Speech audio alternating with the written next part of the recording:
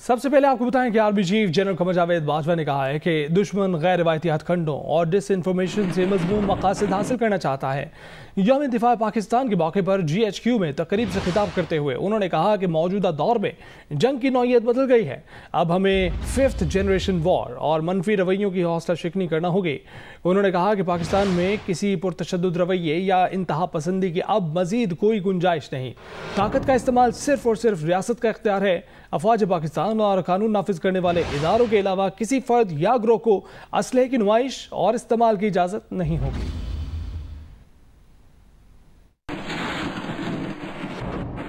ہمیں اس حقیقت کو بھی مد نظر رکھنا ہوگا کہ موجودہ دور میں جنگ کی نوعیت بدل گئی ہے۔ اب براہ راست حملے کے بجائے کسی قوم کی یکجہتی اور نظریاتی سرحدوں کو کمزور اور اس کے مختلف طبقات میں انتشار پھیلانے اور شہریوں کے حوصلے پست کرنے کے لیے دیگر حربوں کے علاوہ جدید ٹیکنالوجی اور کمیونیکیشن کے ذرائع کو بھی استعمال کیا جاتا ہے۔ ہمارے دشمن بھی غیر روایتی ہتھ کنڈوں بشمول پروپیگنڈا اور ڈس انفارمیشن کے ذریعے اپنے مضمون مقاصد حاصل کرنا چاہتے ہیں۔ بیرونی دشمنوں کے تمام حربوں اور چالوں سے تو ہم آگاہ ہیں، مگر ہمیں اندرونی انتشار پھیلانے والے کچھ عناصر کے ساتھ سختی سے نپٹنا ہوگا۔ ہم سب کے لیے لمحہ فکریہ ہے کہ کچھ لوگ ملک دشمن عناصر کے ہاتھ میں استعمال ہو رہے ہیں۔ اس منور یا تدبیر کو عرف عام میں ہائیبرڈ یا 5th جنریشن وار کہا جاتا ہے۔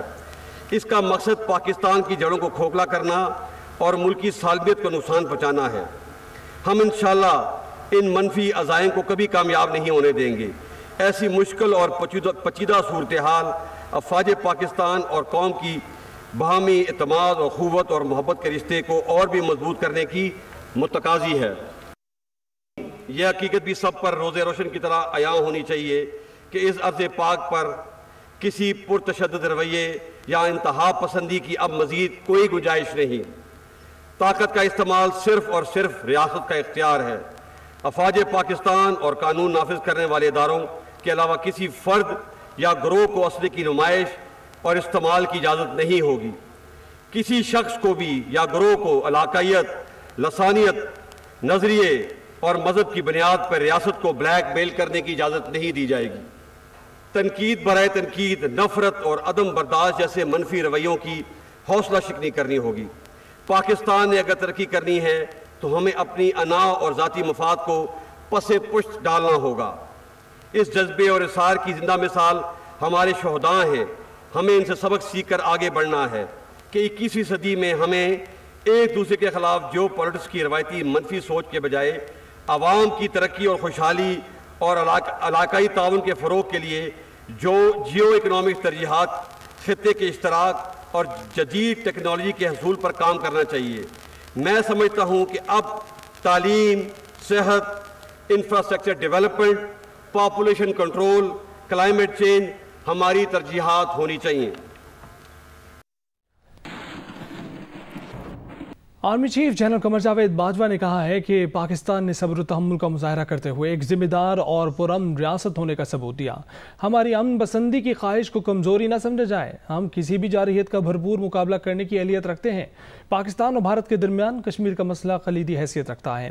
ہم مقبوضہ کشمیر میں بھارت کا 5 اگست 2019 کا اقدام رد کرتے ہیں، یقین دلاتے ہیں کہ ہم ہر سطح پر اپنے کشمیری بھائیوں کی سیاسی، سفارتی اور اخلاقی حمایت جاری رکھیں گے۔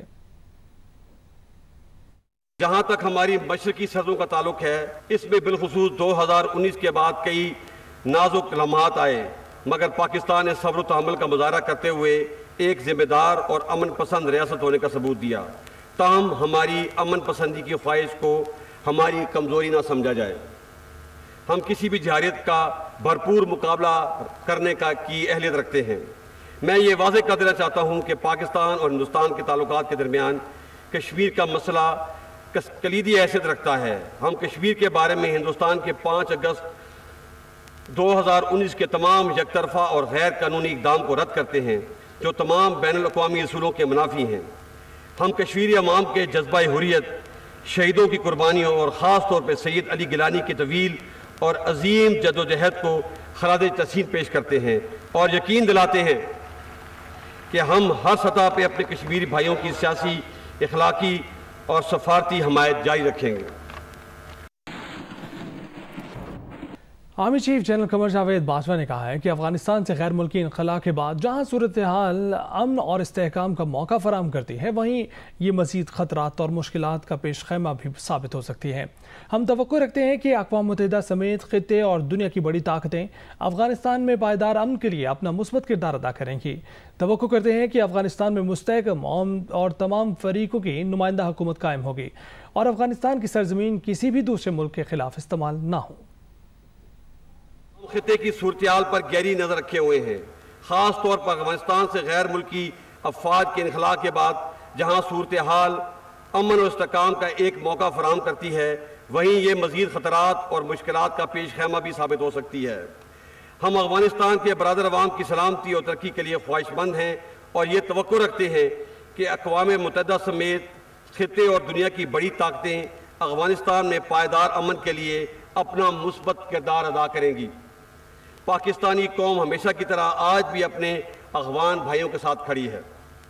ہماری خواہش ہے کہ افغان لیڈرشپ تمام معاملات افہام و تفہیم کے ذریعے طے کرتے ہوئے افغان عوام کو امن اور خوشحالی سے ہمکنار کرے۔ ہم یہ بھی توقع کرتے ہیں کہ افغانستان میں ایک مستحکم اور تمام فریقین کے نمائندہ حکومت قائم ہو، انسانی حقوق بشمول خواتین کے حقوق کا احترام کیا جائے، افغان سرزمین کسی بھی دوسرے ملک کے خلاف استعمال نہ ہو، اور اس کے ساتھ ساتھ ہم یہ بھی توقع کرتے ہیں کہ دنیا اس مشکل گھڑی میں افغان قوم کو تنہا نہیں چھوڑے گی اور نہ کسی انسانی بحران کا شکار ہونے دے گی۔ اس سلسلے میں پاکستان دنیا سے ہر ملک سے تعاون کرنے کے لیے تیار ہے۔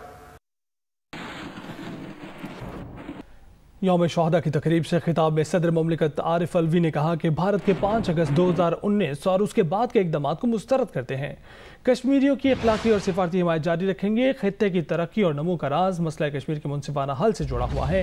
بدقسمتی سے ہمارا ہمسایہ ہماری آزادی کو دل سے قبول نہیں کر سکا، لیکن اب وقت آ گیا ہے کہ حقیقتوں کو دل سے تسلیم کرتے ہوئے تمام مسائل کا منصفانہ حل تلاش کریں۔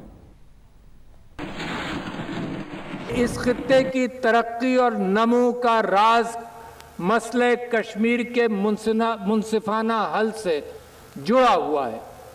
ہم ہندوستان کے کشمیر پر غاصبانہ قبضے اور 5 اگست 2019 کے بعد اٹھائے گئے وہ تمام اقدامات جو در حقیقت مسئلہ کشمیر کے حوالے سے اقوام متحدہ کی قراردادوں کے خلاف ہیں اور خلاف ورزی کرتی ہیں، ان کو مکمل طور پر رد کرتے ہیں اور بین الاقوامی دوستوں کو، اقوام متحدہ کو بتانا چاہتے ہیں کہ یہ خلاف ورزی چل نہیں سکتی۔ یہ ہندوستان کو یاد رکھنا ہوگا کہ جذبہ آزادی کو طاقت کے بلبوتے پر اور کالے قوانین کے جبر تلے زیادہ عرصہ تک دبایا نہیں جا سکتا۔ چیئرمین پیپلز پارٹی بلاول بھٹو نے کہا ہے کہ جو ہم کو چور چور کہتا تھا خود چینی چور، آٹا چور اور تیل چور نکلا، اب روزگار چور بھی نکلا ہے۔ میلسی میں جلسہ عام سے خطاب کرتے ہوئے انہوں نے کہا کہ عمران خان نے عوام کی جیب پر جو ڈاکہ مارا ہے ہم اس کا حساب لیں گے، عوام ہمارا ساتھ دیں، ہم پنجاب اور پاکستان کی قسمت بدل دیں گے۔ جو چور چور کہتے تھے وہ آج خود سرٹیفائیڈ چور ہے، خود چینی چور نکلا ہے، خود آٹا چور نکلا ہے، خود تیل چور نکلا ہے، اب وہ روزگار چور بھی بن چکا ہے۔ عمران نے جو آپ کا ووٹ پہ ڈاکہ مارا ہے ہم اس سے حساب لیں گے۔ پیٹ پہ ڈاکہ مارا ہے جو آپ کا جیب پہ ڈاکہ مارا ہے ہم اس سے حساب لیں گے۔ 20,000 خاندانوں کو جن کے پاس روزگار پہلے سے موجود تھا ان سب کو بے روزگار کر چکا ہے۔ ہم یہ ظلم نہیں مانتے ہیں، انشاءاللہ تعالی ہم اس فیصلے کا ہر سطح پہ مقابلہ کریں گے۔ ہم اس ظالم حکومت کو عوام سے روزگار چوری نہیں کرنے دیں گے۔ آپ پاکستان پیپلز پارٹی کے ساتھ تھے، ہم پنجاب کی قسمت تبدیل کریں گے، ہم پاکستان کی بھی قسمت تبدیل کریں گے۔